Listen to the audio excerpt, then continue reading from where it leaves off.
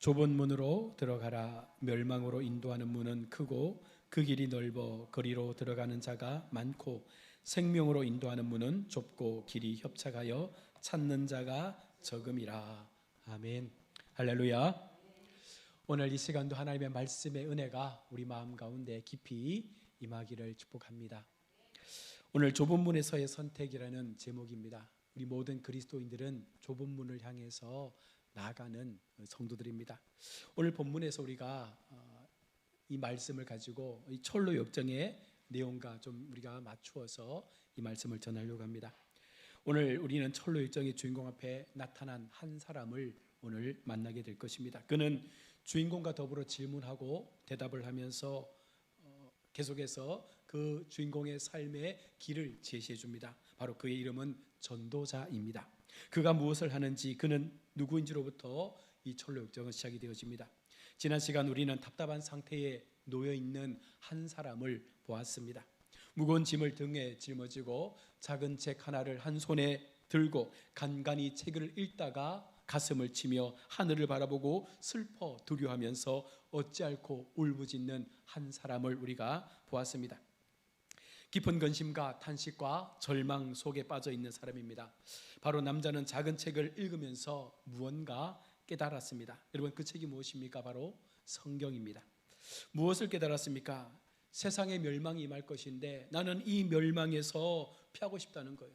이 멸망은 죄를 미워하시는 하나님께서 그 진노의 결과로 나타나게 되는 문제이고, 이 죄의 문제가 해결되지 않는 한 어느 누구도 이 하나님의 진노의 멸망에서 피할 자가 없다라고 하는 것이 이 책을 읽고 있는 이 나그네의 마음이었습니다. 이와 같은 무시무시한 사실을 알게 된 남자의 고민이 여러분 무엇입니까? 죄의 문제를 어떻게든 해결하고 싶다는 거예요. 하나님의 심판과 멸망을 피하고 싶은데 방법을 모르겠다는 것입니다. 어떻게 해야 이 심판을 피할 수 있을까? 어떻게 해야 이 멸망을 피하고 구원을 받을 수 있을까를 알고 싶은데 그 길을 찾지 못해서 지금 이 주인공은 더 심란한 상황 가운데 놓여 있습니다. 여러분, 많은 사람들이 이 사실을 깨닫습니다. 이 땅에서 마음대로 사는 게 다가 아니고 인생의 끝에는, 세상의 끝에는 분명히 뭔가가 있다는 것을 깨달은 사람들이 많습니다. 자, 그런데 아무나 이것을 깨닫는 것이 아닙니다. 그럴 수 없습니다. 바로 하나님의 말씀을 담은 성경을 통해서만이 우리가 이것을 깨닫게 되는 것입니다. 말씀의 진리를 담고 있는 이 성경 외에는 다른 어떤 것으로도 구원에 이르는 길을 알려주는 해답을 우리 가운데 보여주지 않습니다. 여러분들은 자신의 영혼에 관심이 있습니까? 아니면 여러분의 삶을 개선하고 잘 먹는 데에만 관심이 있습니까? 여러분, 어느 쪽입니까? 우리 주님은 분명하게 우리 가운데 말씀합니다. 너희가 무엇 때문에 근심하느냐? 무엇을 먹을까? 무엇을 입을까? 무엇을 마실까? 이와 같은 것으로 근심하느냐? 아니면 키를 한 자라도 더 키우기 위해서 그렇게 근심하고 염려하느냐? 성경은 말합니다. 너희 중에 누가 염려함으로 그 키를 한 자나 더 키울 수 있느냐? 없다는 거예요. 세상에 많은 사람들이 오늘도 근심과 한탄과 염려로 이 하루의 삶을 살아갑니다.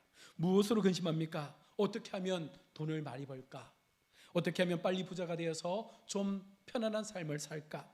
어떻게 하면 좋은 음식 먹고 건강해질 수 있을까? 뭘 걸쳐야 더 멋있어 보이고 내 몸매가 잘 드러날까? 어떻게 해야 우리 아이들의 공부를, 성적을 쑥쑥 올릴 수 있을까? 여러분, 세상을 기쁘게 하며 하나님을 슬프게 하는 근심들이 우리 속에 너무나 많이 있다는 거예요. 우리는 근심하지 않고 살아가지 못합니다. 매일마다 근심할 수밖에 없습니다. 여기서 우리가 돌아서야 합니다. 이것은 제가 하는 말이 아니라 성경이 말씀하고 있는 내용입니다. 성경은 우리에게 하나님을 기쁘시게 하는 근심이 있다고 말하는 거예요. 세상의 근심이 아니라 우리는 하나님께서 기뻐하실 근심을 하라라고 말씀하고 있습니다. 우리 말씀 한번 찾아볼까요? 고린도후서 7장 10절로 11절 말씀입니다. 고린도후서 7장 10절에서 11절 말씀, 우리 함께 읽어보겠습니다. 같이 읽습니다. 시작. 하나님의 뜻대로 하는 근심은 후회할 것이 없는 구원에 이르게 하는 회개를 이루는 것이요 세상 근심은 사망을 이루는 것이니라. 여러분, 성경에는 인생 가운데 두 가지의 근심이 있다라고 말씀을 합니다. 하나님의 뜻대로 하는 근심과 세상의 것들을 가지고 하는 근심이라는 것이죠. 그런데 세상의 근심과 하나님을 향한 근심에는 결과적으로 너무나 큰 차이가 있습니다. 세상의 근심은 사망을 이룹니다. 우리가 말하죠. 그래도 우리가 세상을 살면서 좋은 근심도 하지 않습니까? 남들에게 희망을 주고 좀 더 나은 세상을 만들기 위해서, 우리 자녀들이 더욱더 살기 좋은 세상을 만들어주기 위해서 어떻게 하면 좋을까, 그렇게 하는 근심들도 있지 않습니까? 물론 그런 근심이 있습니다. 그러나 여러분, 그와 같은 근심이라 할지라도 성경은 말합니다. 그 어떤 근심도 이것이 우리로 하나님의 구원의 자리로 인도해 주지는 못한다는 거예요. 아무리 선의를 가지고, 아무리 좋은 뜻을 가지고 우리 모두에게 좋은 결과를 얻어내는 그와 같은 근심을 한다 할지라도 성경에서 말하는 것은 그것은 세상의 근심이다. 결국 그 근심조차도 우리를 사망으로 이끌 것이다 라고 말합니다. 아무리 올바른 근심도, 아무리 선한 근심도 그 마지막 종착역은 똑같습니다. 사망이고 멸망입니다.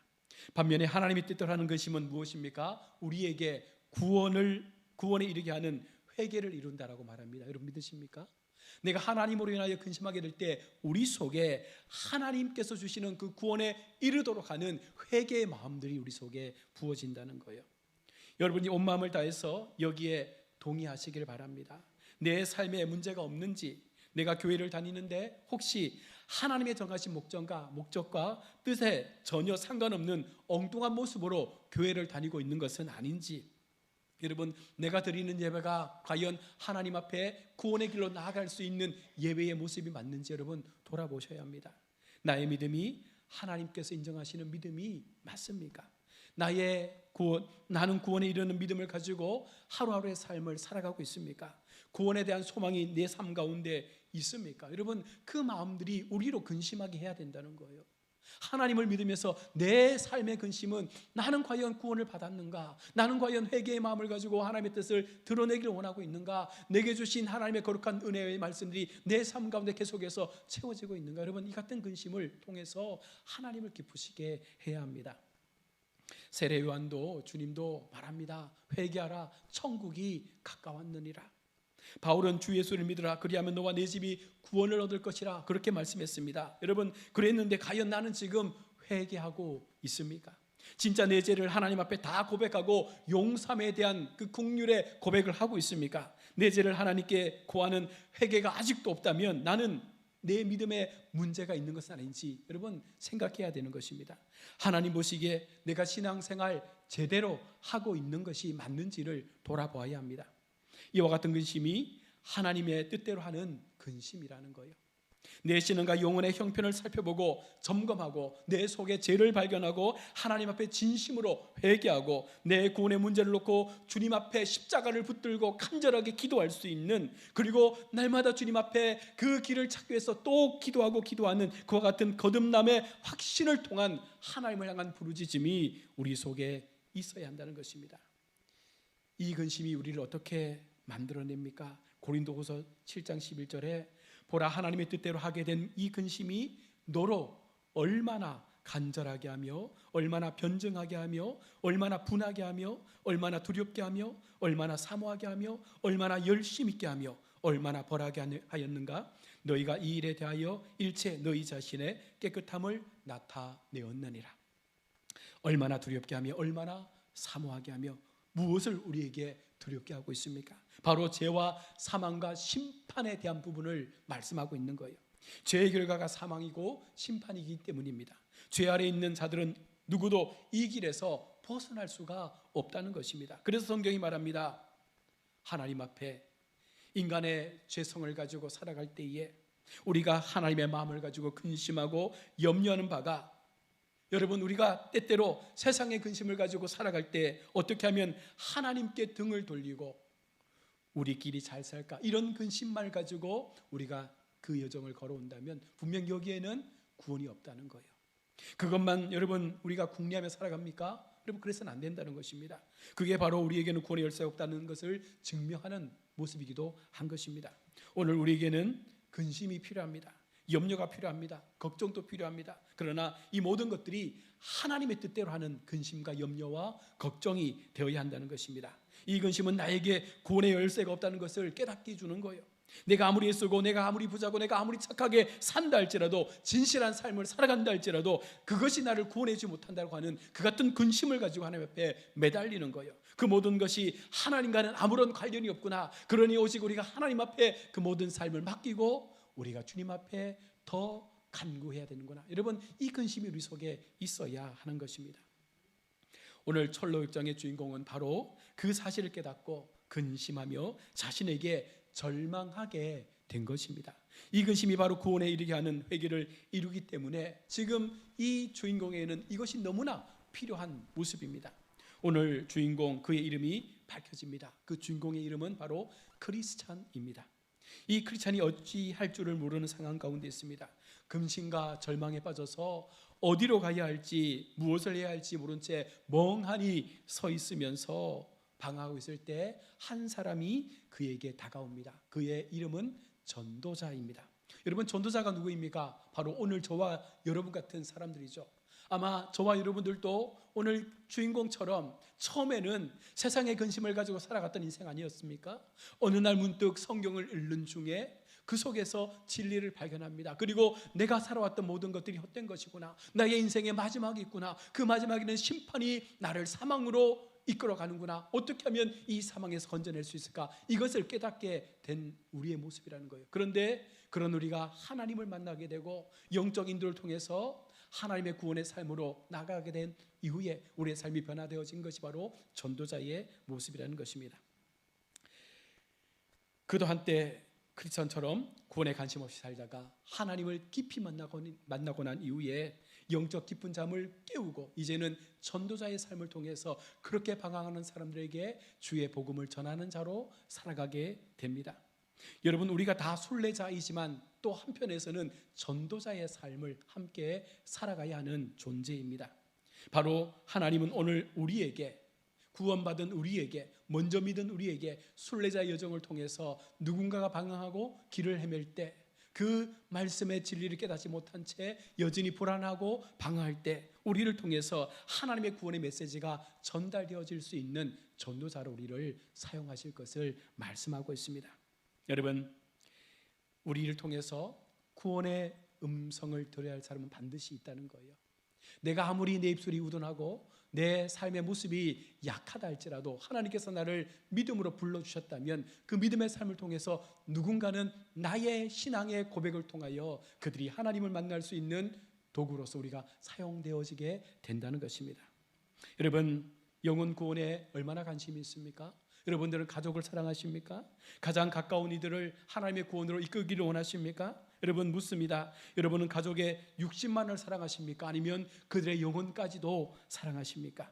영혼까지 사랑한다면 우리는 전도자가 되어서 우리 가족들, 가장 가까운 사람들에게 하나님의 복음을 전하는 삶을 살아야 합니다. 여러분, 나 혼자 구원받을 수 없잖아요. 나 혼자 천국 갈 수 없잖아요. 온 가족이 함께 구원받아야 되는 거예요. 한 생명이라도, 내 가족 가운데 믿지 않는 한 생명이라도 그를 위해서 우리가 몸부림치며 복음을 전하고 그를 위하여 기도할 수 있는 그 같은 마음을 가지고 우리는 전도자의 삶을 살아내야 합니다. 크리스찬을 만난 전도자가 묻습니다. 왜 울고 있습니까? 그러자 크리스찬이 대답합니다. 선생님, 이 성경을 읽어보니 저는 언젠가 죽게 됩니다. 죽고 나면 하나님의 심판에 설 수밖에 없는 것 같습니다. 자, 그런데 저는 죽기도 싫고 심판받기도 싫은데 어떻게 해야 될지 모르겠습니다. 그러자 전도자가 다시 묻습니다. 어차피 이 세상은 악하고 하나님 보시기에 선한 것이 전혀 없는데 죽는 것이 뭐가 그리 두렵습니까? 이 전도자의 마음과 크리스천의 마음은 너무나 다르잖아요. 크리스천은 죽음을 두려워합니다. 마지막 심판을 두려워합니다. 그러나 전도자는 두려움이 없어요. 심판이 온들 무엇이 두렵습니까? 모두가 다 하나님 보시기에 악하고 선한 것이 없는데 어차피 죽게 되는데 무엇이 두렵습니까? 여러분, 전도자의 마음에는 어떻게 이와 같은 고백이 일어날 수 있습니까? 바로 그 마음에는 구원의 확신과 미래에 대한 소망과 하나님께서 주시는 그 은혜에 대한 약속을 깨달았기 때문에 가능한 거예요. 우리가 세상을 살면서 우리 마음 가운데 참 하나님의 은혜가 임하면 여러분, 죽음을 초월할 수 있는 거예요. 이게 진짜 믿음이라는 거예요. 우리가 믿음을 가지면서도 때때로 죽음 앞에 얼마나 불안해하는지 몰라요.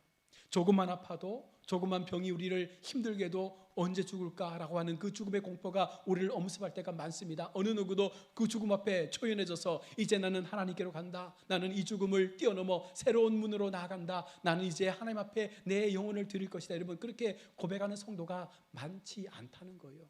무엇을 말합니까?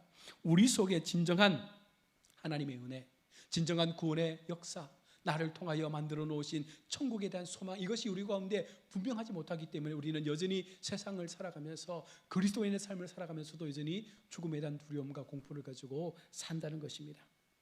여러분, 우리에게는 구원의 확신이 있습니까?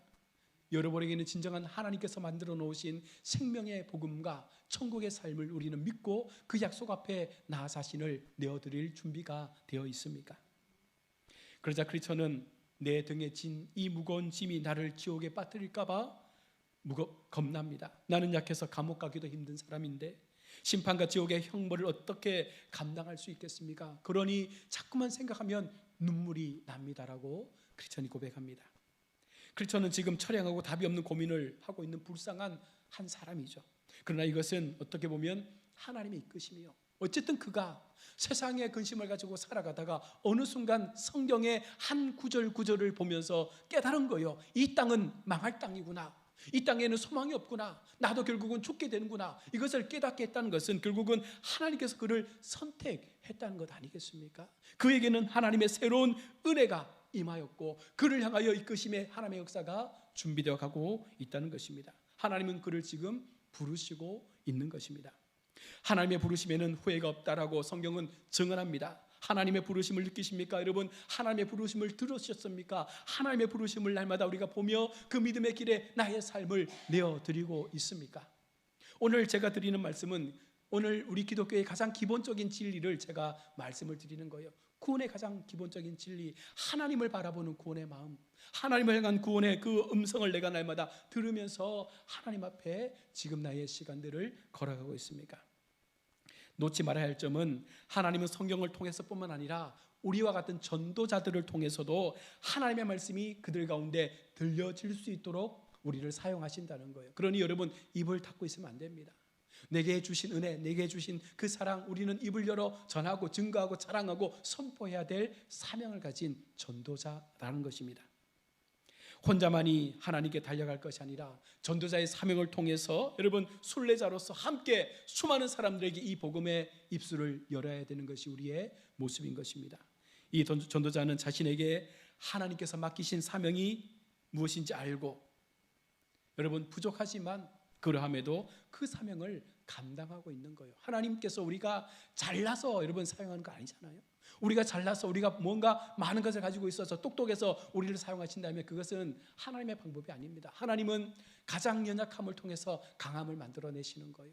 우리의 부족함을 통해서 하나님의 그 강함을 세상 가운데 보여주시는 거예요. 그래서 이 모든 것들이 하나님께서 하셨음을 나타내는 도구로 우리를 사용하여 주신다는 것입니다. 그러니 내가 부족하고 영적으로 미약하고 배운 것이 없고 가진 것이 없고 모든 면에 부족하다 할지라도 여러분, 분명한 것은 무엇입니까? 하나님께서 나를 전도자로 세우셨다면 우리의 입술에는 반드시 성령의 능력이 임한다는 것입니다.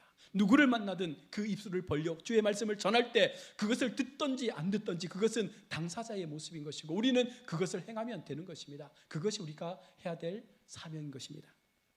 다시 크리스천에게 왜 멍하니 서 있느냐고 묻습니다. 어디로 갈지 몰라 하는 크리스천에게 그는 성구를 내밉니다. 거기에 이렇게 기록됩니다. 임박한 진노를 피하라.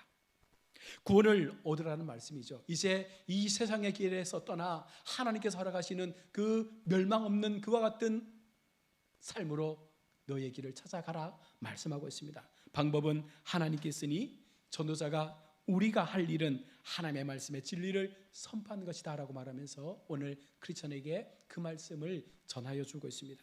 여러분, 세상에서 교회가 거룩한 것처럼 보여지기도 하지만 때때로 이 거룩한 교회가 얼마나 많이 오염되고 더럽혀지는지 모릅니다. 하나님 진리의 말씀에 물타기를 하고 왜곡하고 여러분, 그 말씀을 부드럽게 만들고 듣기 편한 것으로 바꾸는 일들이 얼마나 교회 속에 많이 일어나고 있는지 모릅니다. 뻔뻔하게도 그것이 진리인 양 복음인 양 그렇게 말씀을 전합니다. 이 시대 철로역정은 진리를 가장 비틀지 않고 우리 가운데 제시해 주고 있습니다. 여러분께 당부합니다. 하나님의 진리의 말씀을 있는 그대로 받고 그 있는 그대로 선포하십시오. 듣는 사람의 형편에 따라 우리가 그것을 바꾸지 마시고 말씀 자체 그 말씀만을 전하시면 되는 거예요. 여기에 더할 것도 뺄 것도 없는 것입니다. 그것이 바로 말씀이 가지고 있는 능력이라고 우리가 믿는다면 우리는 그 말씀을 전하면 되는 것입니다.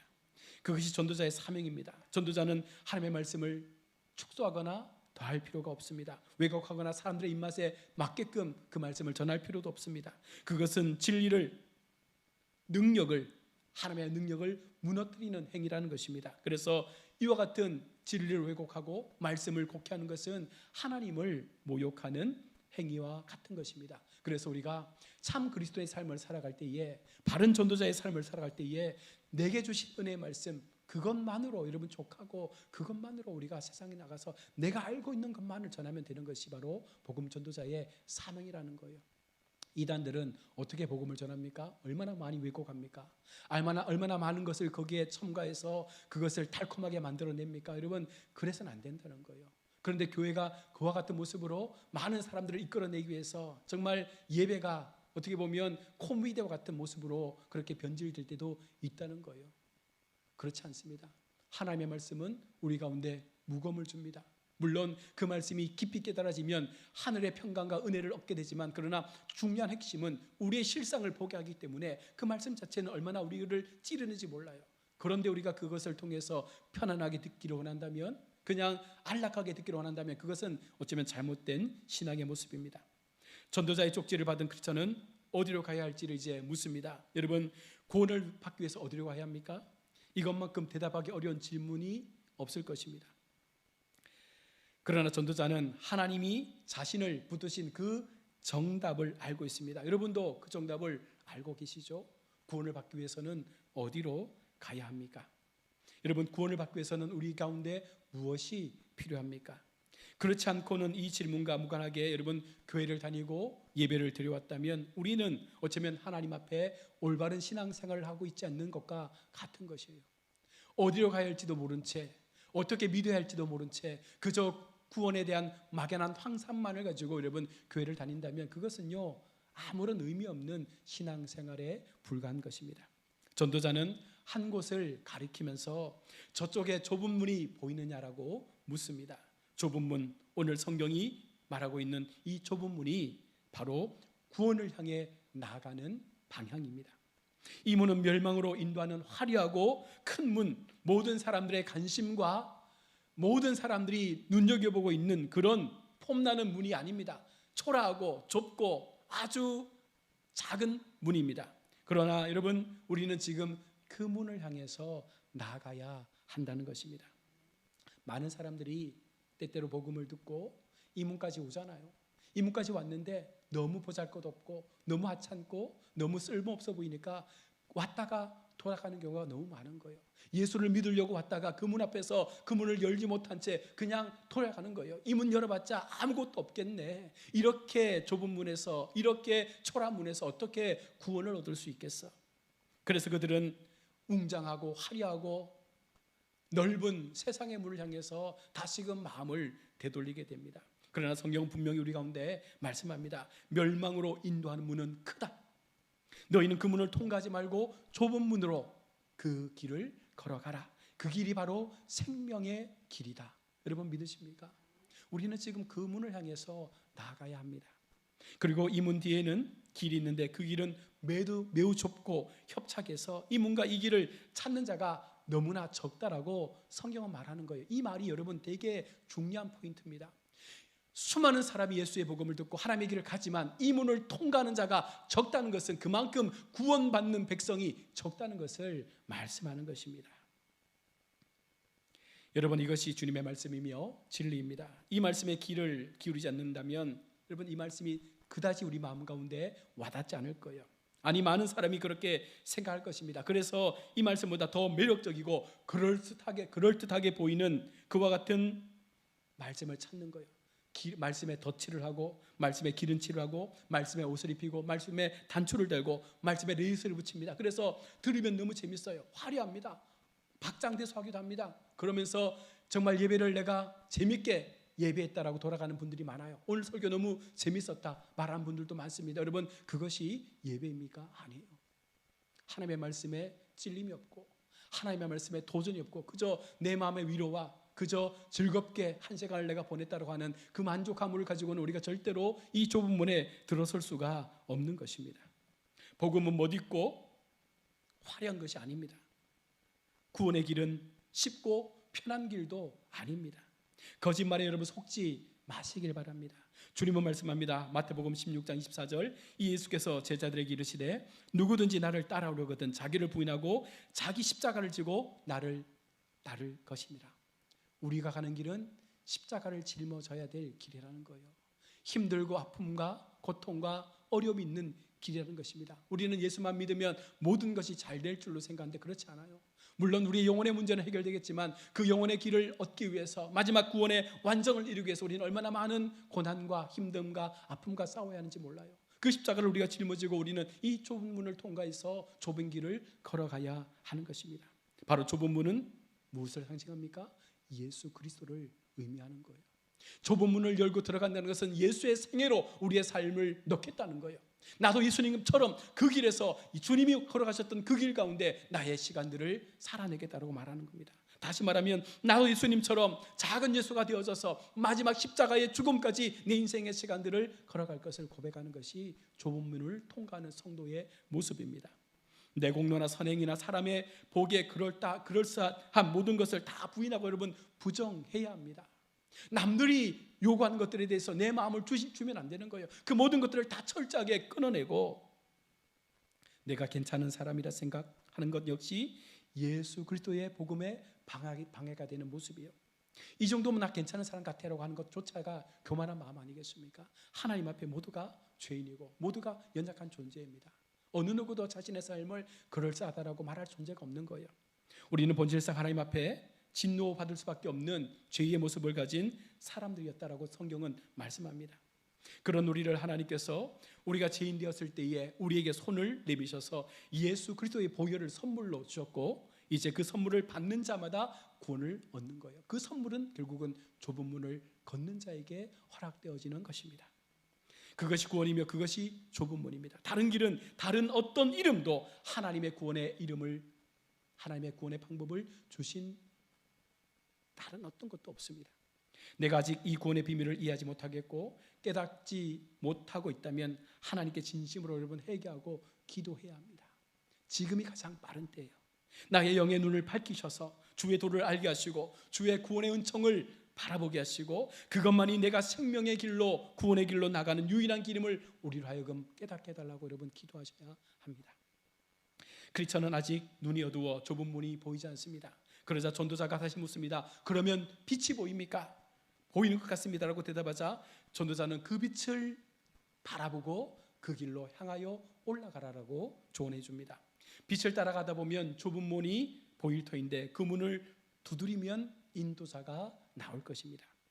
어둠에 있는 자들은, 즉 죄에 물든 자들은 빛을 싫어합니다. 빛을 거부합니다. 어둠 속에서 행한 자들은 자신의 더러움과 추함과 악행과 모든 죄의 본질들이 숨김없이 드러날까 봐 그 빛으로 나가는 것들을 싫어합니다. 빛은 생명이며 진리라고 말씀하고 있습니다. 그리고 그 빛은 하나님의 말씀이라고 말씀합니다. 피하거나 거부하지 마시고 생명의 말씀에 비답해 우리 자신을 내어놓으십시오. 그래야 우리의 모든 더러움과 모든 추함이 보여지게 되고 그 보여지는 것들을 통해 하나님 앞에 진정한 회개의 모습으로 기도할 수 있게 되는 거예요.